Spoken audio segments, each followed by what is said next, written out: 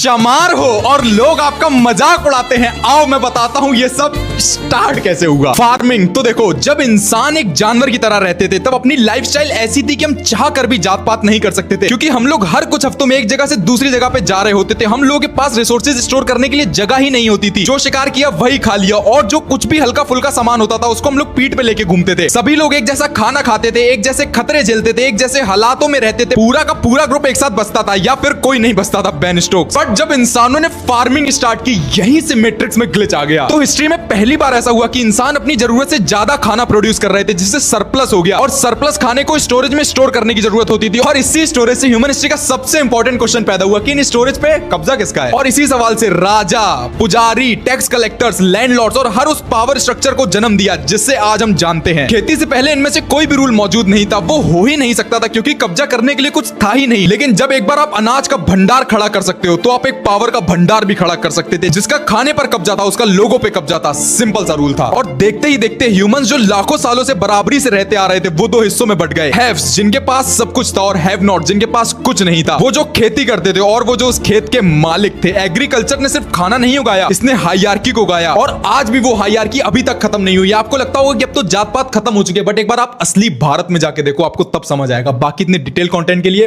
Follow कर लीजिए।